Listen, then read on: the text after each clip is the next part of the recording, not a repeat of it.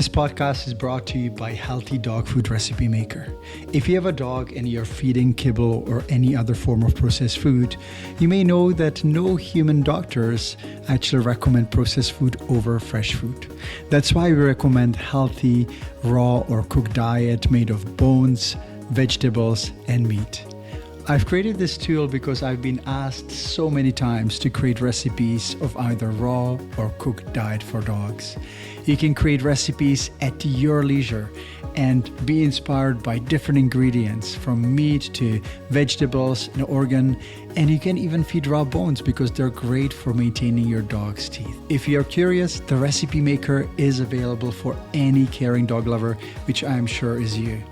All you need to do is to go to recipemaker.peterdobias.com. Again, recipemaker.peterdobias.com.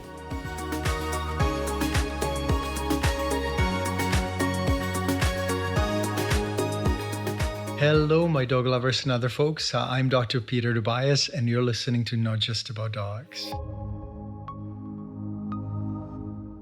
Worry. It is human nature to worry about things. We worry about our dogs, our children, our parents, and our friends. We worry about health, security, money, climate change, and also our planet. Worry is the other side of love. It can power us and help us find the best solution or mislead us into making the wrong choices. If you have ever adopted a puppy, you know how amazing and wonderful it is to be starting off fresh, knowing we have many years ahead. But bringing a new dog of any age home makes most people worry about giving them all they need to grow strong and remain healthy for as many years as possible. Are we making the best choices available? Is the advice that your vet gave you right? It is hard to know who to believe in a field full of contradictions. Even with our dogs, there is one rule that applies, and that's the 20-80 rule. 20% of the choices we make will eventually lead to about 80% of the difference in your dog's life, and that is what I would like to focus on. Forget about measuring every single ingredient and nutritional value in your dog's meals. A small number of well-targeted steps will accomplish 80% of your longevity and health goals. There are countless of articles, blogs, and podcasts and videos on the topic of health and how zooming in too much leaves people feeling overwhelmed and confused. Doing everything is not the answer to better health. Knowing what to focus on is important when it comes to increasing our dogs and our own health span.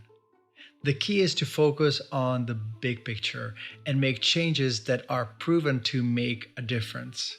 You should focus on diet, healthy supplements, exercise, spinal energy flow, and lowering stress. It is important to leave some space for new knowledge and discoveries, of course, but you don't need to necessarily jump onto every new fad that pops up. From my own experience of 30 years in veterinary practice, natural diet, high-quality supplements, healthy exercise, good spinal health, and positive mindsets will result in extra 2 to 3 years of quality life on average. That is extra 24 to 36 months of life. If we apply the 20-80 rule, that would mean that the 20% of the most important changes will lead to 80% of the change, the extra life. And that equals 29 months of extra quality life. Of course, these numbers are just estimates, but I think it's fair to suggest that knowing what to focus on is more important than trying to get everything right and getting lost in the minutiae of relatively insignificant detail. On the other side of the spectrum are people who think that a bag of kibble is all that is needed to keep their dogs healthy and see supplements or spinal health and lowering stress unnecessary. I understand that without the medical knowledge and experience of 30 years in veterinary practice that it may seem to be that way, but after I've seen so many dogs recovering and improving after switching them to simple health plan of raw diet, essential supplements, good exercise, spinal alignment techniques, and reducing stress, most of them flourish and really shock their owners how much better they can be. In addition to these points, I also take Pax, my dog, through a detox once every 6 months, and I do the same. When he is about 5 years, my plan is to put him on NAD boosters such as NMN or nicotinamide mononucleotide. NAD is an energy source for cells and mitochondria, which are these little power stations inside of the cell. We lose about 50% of NAD by middle age, and the same happens to dogs that are about 5 to 7 years. Supplementing NMN or nicotinamide mononucleotide will correct this NAD deficiency and will improve DNA repair in the cells and the body, will improve enzymatic functions in the body, and also slow down aging. And that is based on research that has been done in the past few years. I find that many people worry about providing their dogs with the exact amount of nutrients needed. And they have to remember that the body is a super intelligent computer which allows for relatively wide margin of nutrients and natural supplement levels. Elephants, deer, and apes don't measure their nutrients and vitamins because their bodies know how to store them and also get rid of anything in excess when needed. There are some exceptions, for example, fat-soluble vitamins like A, D, E, and K that can be overdosed, but this is relatively rare. If you do catch yourself worrying, I suggest that you take a deep breath and remember that a 20% positive change can make 80% of the difference, and that stressing about the rest isn't worth your time and energy, and it may lead to even erase the benefits that you've gained by the changes you made. And that is all about applying the 80-20 rule in health and caring for your dog. In the second part of this podcast, I would like to speak about Matilda, the very sweet but very smelly dog that I mentioned a few months ago in my newsletter and blog. This past summer, after a few years of her owners thinking about switching her to raw diet, they finally took the plunge. And despite being skeptical, they did decide to try to fix, in quotes, Matilda's problems. I was also unsure about whether or not Matilda was too far gone to recover from her skin condition that had been going on for so many years. Coincidentally, today, 4 months after she began on her raw food diet and essential supplements, I heard from the owners that she's doing fantastic, which made me super happy. She's more energetic, her pungent rancid odor is almost gone, and she's happier and no longer on any drugs, no more antibiotics, steroids, or medicated shampoos. Matilda is just one out of millions of dogs around the world who suffer needlessly, and sadly, most of them will never experience the transformation that Matilda has. It has been more than 100 years since the first commercial kibble was introduced by James Pratt, an American electrician. Imagine, electrician formulating the first kibble. He decided to present himself as a nutritionist, and clever marketing of his product was the start of an era of misinformation about dog food. For more than 100 years, the general public has been misled into believing that real flesh food is dangerous for their dogs, and that kibble, the highly heated, processed, dried junk food, was the only safe way to go. If you have already taken the leap and are feeding a natural diet, I hope that you will still listen on and use this info to help others to do the same.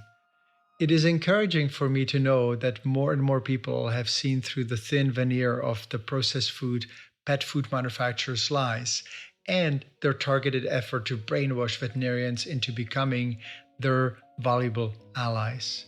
It would be very difficult for you to find a nutritionist or doctor who recommends that you and your children eat processed junk food diet instead of fresh, wholesome foods. Yet, most veterinary clinics still carry kibble and processed food. For an illustration, I would like to closely look at one of the prescription weight loss kibble made by one of the major veterinary diet manufacturers. Here is the ingredient list: powdered cellulose, which is basically powdered wood chips, chicken byproduct meal, corn, wheat gluten, wheat, corn gluten meal, natural flavors, that's very nice, dried plain beet pulp, chicken fat, fish oil, pea fiber, and then potassium chloride, calcium carbonate, vegetable oil, psyllium husk, and that's pretty much all the major ingredients. Wood chips, rendered chicken meal, corn, gluten, wheat. Basically, the idea is that if we feed our dogs wood chips to fill them up and add some carbs, fiber, and fat, our obese dogs will miraculously lose weight. Does this make sense? Anyone with even a little bit of knowledge about nutrition can see that there is a lot wrong with this recipe. I would really love to have a conversation with the formulator of this food. It is clear that when it comes to kibble and even the prescription formulas, not much has changed since the days of electrician James Pratt inventing the first processed food kibble. The good news is that thanks to the internet, people are starting to wake up when it comes to making the shift towards feeding their dogs wholesome food. One of the most common questions I get asked is whether or not it is okay to mix kibble and raw food. When it comes to the functioning of your dog's digestive tract, mixing is okay. Your dog's body can tolerate it. However, if the goal is to improve your dog's health, I'm not a big fan of mixing kibble and raw. It is kind of like asking if a little bit of smoking is okay. Mixing processed and fresh foods together is okay when starting out and transitioning onto raw, but any health-conscious dog lover should without a doubt aim for a full switch to raw feeding in order to maximize health benefits and increase their dog's lifespan. In other words, half-assing it will statistically lead to shorter and less healthy life for your dog. Now, another question that I get often is the affordability of raw food. At first glance, some people may think that feeding a raw diet is unaffordable, and while it is definitely not cheap, most people can make some adjustments and modify their budget to be able to afford raw meat for their dogs. Whenever I go shopping and I observe the content of the average shopping cart, it seems that many people are buying much more than they actually need to consume. If they would be just a little bit more mindful when shopping and simply purchase less, they could put the money they save towards a raw diet for their dog and also reduce their own overconsumption. Does this make sense? I have a few more ideas on how to make raw food more affordable. If you're thinking about adopting a dog, think about getting a smaller dog instead of a larger one to save on food costs. Swap your takeout dinners and coffee shop visits for homemade meals and coffee. There's also the option of eating less meat, or even better, going vegetarian to free up more of your budget for healthy dog food. While we are able to thrive on vegetarian food, dogs do not have the choice or ability to do so and need meat to remain healthy. I've seen this over and over in the practice that the vegan and vegetarian dogs just simply do not do as well, and I would like to warn you against such practices. Now, if you're planning on adopting more than one dog and feeding a kibble diet, consider adopting just one dog and feeding them a fresh food diet. I understand that dogs love the company of other dogs, but you can solve this by dog sitting for your friends or going on regular group walks with other dogs in the community. My travels do not allow me to have two dogs, but I love dog sitting. And actually, right now at this moment, there is another doggy sleeping on my bed just beside me here because her parents are traveling, and it's a lot of fun to have other dogs, and your dog will have company as well. I'm in no way suggesting that people should not have more than one dog in general, but if the cost of food is a concern, then adopting one small dog might be the way to go. I know it is hard to see homeless dogs without wanting to take them all home, but if someone is tempted to adopt a second dog or third dog despite their limited budget, it might be best for them to find another dogless friend who can adopt the dog instead. Now, we've seen the benefits of dogs in families. We know that dog lovers are healthier on average and happier. And in my mind, dogs are the best antidepressant that there is available. I understand it is tempting to feed kibble because it's relatively inexpensive and also convenient, but it is really not worth the risk, just as it is not worth taking the risk of smoking. Now, we all have two options. One, invest into our dog's food and prevent disease, or face heartbreak and situations that are really painful for your dog and also for you.